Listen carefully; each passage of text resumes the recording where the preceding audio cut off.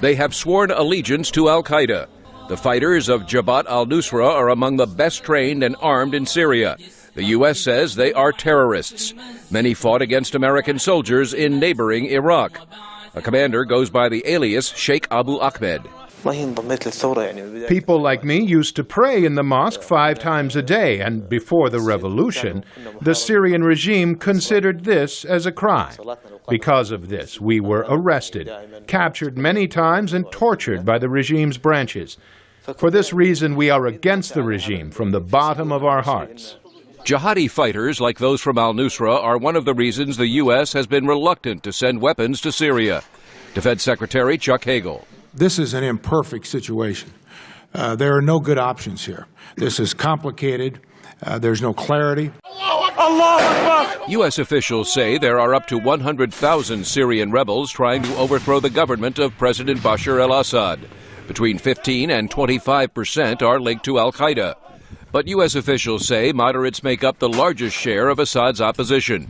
U.S. President Barack Obama. The majority of the Syrian people and the Syrian opposition we work with just want to live in peace, with dignity and freedom. Many rebels who fight under the banner of the Free Syrian Army have defected from the Syrian military. An unnamed commander. I was a sergeant major before I defected. After witnessing tyranny of Assad's gang, I wanted to defend this country until the last drop of my blood, God willing. The use of chemical weapons in the conflict seemingly outweighs the U.S. concern about extremists. It's the major reason President Obama initially proposed a military strike. It's true that some of Assad's opponents are extremists.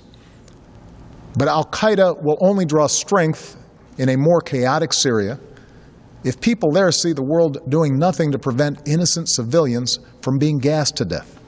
Some jihadi groups like Ahrar al-Sham have staged spectacular attacks, usually with car bombs. But analysts say most Syrians have no desire to live in a country ruled by Islamic law. Former CIA officer turned analyst Rule Mark Gerecht says that is unlikely. I deeply doubt that small jihadi organizations, even if you were to numbers of 10 to 20,000, are sufficient to dominate in a post-Assad Syria. So while diplomats discuss what to do about Syria's chemical weapons, the deadly and complicated civil war continues. Meredith Buel, VOA News, Washington.